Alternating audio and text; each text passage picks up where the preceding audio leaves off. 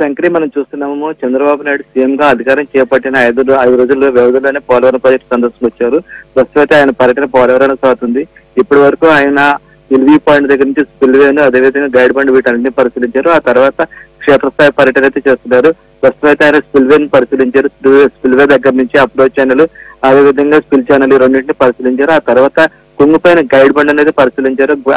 ఏ విధంగా కుంగిపోయింది, ఏంటి, అసలు ఏ విధంగా సాయిల్ టెస్టులు చేయలేదు, ఎందుకు నిర్లక్ష్యం వహించారు, వీటన్నింటినీ ఆయన అధికారుల ముందు ఉంచారు. ఆయన సందేహాలు నివర్తి చేసుకోవడానికి అన్ని రకాల ప్రయత్నం చేశారు. అధికారులు అయితే దానికి సమాధానం ఇవ్వడానికి ప్రయత్నించినప్పటికీ సీఎం చంద్రబాబు అయితే అంతగా సంతృప్తి చెందినట్లయితే మనకి కనిపించడం లేదు.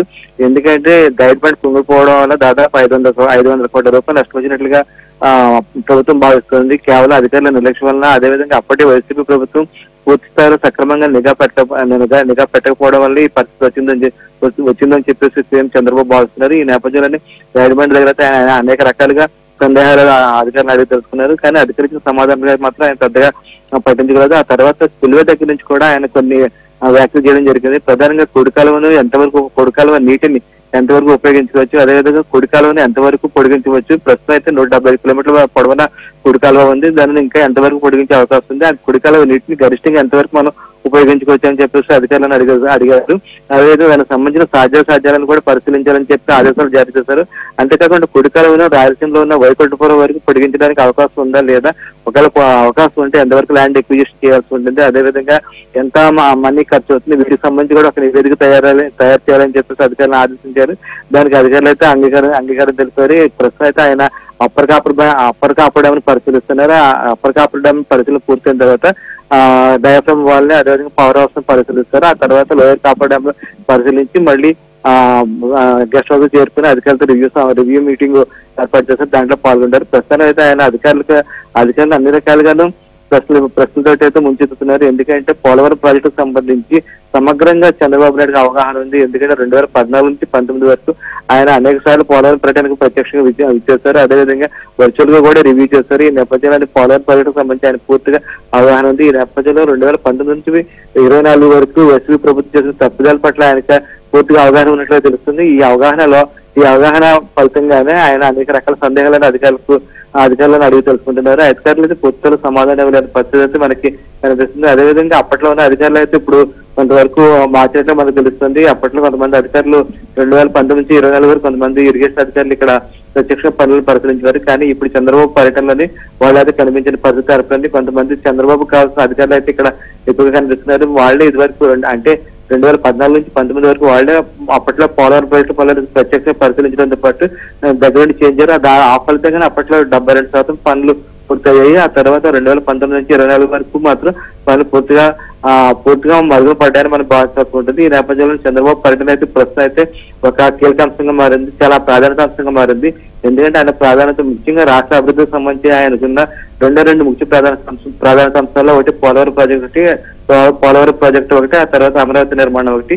ఈ నేపథ్యంలోనే అధికారం చేపట్టిన 5 రోజుల్లోనే ఆయన పోలవరం పర్యటనకు నేరుగా వచ్చేసారు. అది కాకుండా ఈ గతంలోనే ఆయన పోలవరం ప్రాజెక్టు సోమవారం ప్రాజెక్టు మార్చారు. అంటే ప్రతి సోమవారం ఆయన ఇక్కడ రావడం, ప్రతి నెలలోని ఒకసారి సోమవారం రోజు ఇక్కడ రావడం, అదేవిధంగా ప్రత్యక్ష పరిశీలించడం జరిగేది. అదేవిధంగా ప్రతి సోమవారం వర్చువల్ గా ప్రాజెక్టు పనితీరుని పురోగతిని పరిశీలించేవాళ్ళు. అధికారులతో రివ్యూ సమావేశం నిర్వహించారు. ఈ నేపథ్యంలోని సోమవారం అనేది అప్పట్లోని పోలవరం అనేది అప్పట్లో సోమవారంగా మారిపోయింది. ఈ నేపథ్యంలోని ఈ రోజు కూడా ఆయన సోమవారం ఇక్కడికి విచ్చేస్తారు. మొత్తం మీద అయితే ఆయన పర్యటన అయితే సజావుగానే సాగుతుంది.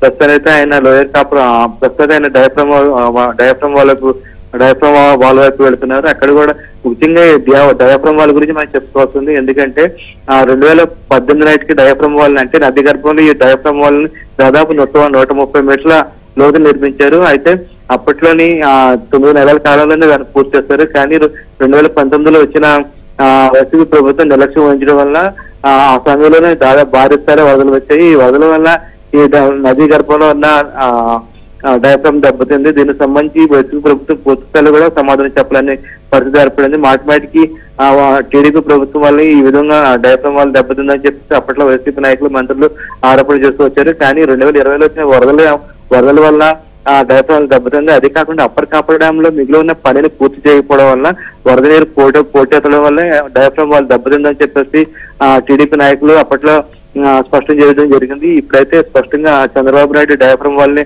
పరిశీలిస్తున్నారు. పరిశీలించిన తర్వాత అసలు డయాఫ్రామ్ వాళ్ళు పరిశీలించిన తర్వాత ఎటువంటి చర్యలు తీసుకుని మళ్ళీ పునర్నిర్మాణం చేపట్టాలా, లేదా మళ్ళీ దాన్ని మరమ్మతు చేయాలని చెప్పేసి ఒక ఆలోచన చేసే అవకాశం అయితే ఉంది. ఎందుకంటే డయాఫ్రామ్ వాళ్ళు దాదాపు 800 మీటర్ల మేర దెబ్బతిన్నట్టుగా అప్పట్లోనే ఎక్స్పర్ట్స్ కమిటీ తేల్చింది. ఈ మొత్తం పొడవైతే దీన్ని 1300 మీటర్లు. ఈ నేపథ్యంలో 800 మీటర్ల మేర దెబ్బతినడం దాన్ని మళ్ళీ పూర్తిగా నిర్మించాలా లేకపోతే రిపేర్ చేయడానికి అవకాశం ఉందనే అంశాన్ని కూడా పరిశీలిస్తారు. దీనికి సంబంధించి మాత్రం అధికారులతో రివ్యూ జరిగే సమయంలోని స్పష్టంగా డిస్కస్ చేసే అవకాశం ఉంది. ఆ డయాఫ్రామ్ వాళ్ళ మూసిన తర్వాత డయాఫ్రామ్ వాళ్ళ నిర్మాణం పూర్తయిన తర్వాత మాత్రమే ఈసీఆర్ డ్యామ్ అంటే ప్రధాన డ్యామ్ నిర్మించాల్సి ఉంటుంది ఆ డయాఫ్రామ్ వాళ్ళ పైన. అందుకని అత్యంత కీలకంగా మారిన డయాఫ్రామ్ వాళ్ళు అంశం. దీంతో డయాఫ్రామ్ వాళ్ళు చాలా వేగంగా పూర్తి చేస్తేనే తప్ప, అంటే మరమ్మతు కావచ్చు లేదా పునర్నిర్మాణం కావచ్చు, చాలా వేగంగా పూర్తి చేస్తే తప్ప ఈసీఆర్ఎఫ్ డ్యామ్ అంటే ప్రధాన డ్యామ్ పనులు చేపట్టే అవకాశం లేదు. అందువల్ల చంద్రబాబు నాయుడు ఈ అంశానికి అత్యంత కీలక అంశంగానే అత్యంత ప్రాధాన్యత అంశంగాను ప్రయారిటిస్తున్నారు. ఈ అంశం మీద ఎక్కువగా డిస్కషన్ జరిగే అవకాశం ఉంది. డయాఫ్రామ్ వాళ్ళు పూర్తయితే దాని మీద ఇంకా ఈసీఆర్ఎఫ్ డ్యామ్ కట్టడం అనేది దాదాపు 2 సీజన్లు, అంటే దాదాపు 1.5 year 2 years లో పూర్తి అవకాశం ఉంది. కాబట్టి ఎంత వీలైతే అంత త్వరగా డయాఫ్రామ్ వాళ్ళకి సంబంధించి ఒక నిర్ణయం తీసుకుంటే మంచిదనే ఆలోచనతో సీఎం చంద్రబాబు ఉండే అవకాశం అయితే మనకి స్పష్టంగా కనిపిస్తుంది. ఆ అంశాలు అన్నింటికి సంబంధించి మధ్యాహ్నం 2 గంటలు దాటిన తర్వాత అధికారులతో రివ్యూ చేస్తారు. ఆ రివ్యూలోని దీనికి సంబంధించి ఒక నిర్ణయం తీసుకునే అవకాశం ఉంది. ఆ తర్వాత డయాఫ్రామ్ వాళ్ళ తర్వాత పవర్ హౌస్ నిర్మాణం కూడా చాలా పూర్తిగా నత్తనడకగా సాగుతుంది. దాదాపు 960 మెగావాట్ల విద్యుత్ ఈ పవర్ హౌస్ ద్వారా జనరేట్ అవుతుంది. కానీ దాన్ని కూడా వైసీపీ ప్రభుత్వం పూర్తిగా నిర్లక్ష్యం వచ్చింది. ఆ పవర్ హౌస్ కూడా ఎంత వేగంగా పూర్తి చేయాలని దానిపై కూడా సీఎం ఒక నిర్ణయానికి వచ్చే అవకాశం ఉంది. ఆ తర్వాత ఈ 2 అంశాల మీద ఎక్కువగా ఫోకస్ చేస్తారు. అంటే మెయిన్ ఈ డయాఫ్రామ్ వాళ్ళు పూర్తయిన తర్వాత ఈసీఆర్ఎఫ్ డ్యాము, అదేవిధంగా ప్యాచ్ వర్క్స్ అయితే ఉన్నాయి, కొన్ని ప్యాచ్ వర్క్స్ ఉన్నాయి, వాటిని కూడా ఎంత త్వరగా పూర్తి చేయాలని దానిపైన చంద్రబాబు ఒక నిర్ణయానికి వచ్చే అవకాశం ఉంది. అదంతా అధికారులతో పూర్తిగా సమగ్రంగా చర్చించిన తర్వాతనే ఒక నిర్ణయానికి వస్తారు. అది కాకుండా టైం బౌండ్ ప్రకారం పోలవరం ప్రాజెక్టును పూర్తి చేయాలని చెప్పేసి ఆయన ఇప్పటికీ ఒక నిర్ణయంతో ఉన్నారు. కాబట్టి ఆ లోగానే వీటన్నిటిని పూర్తి చేయాలని చెప్పేసి భావించే అవకాశం మనకి ఎక్కువగా కనిపిస్తుంది. శంకరి. రైట్ రాంబాబు.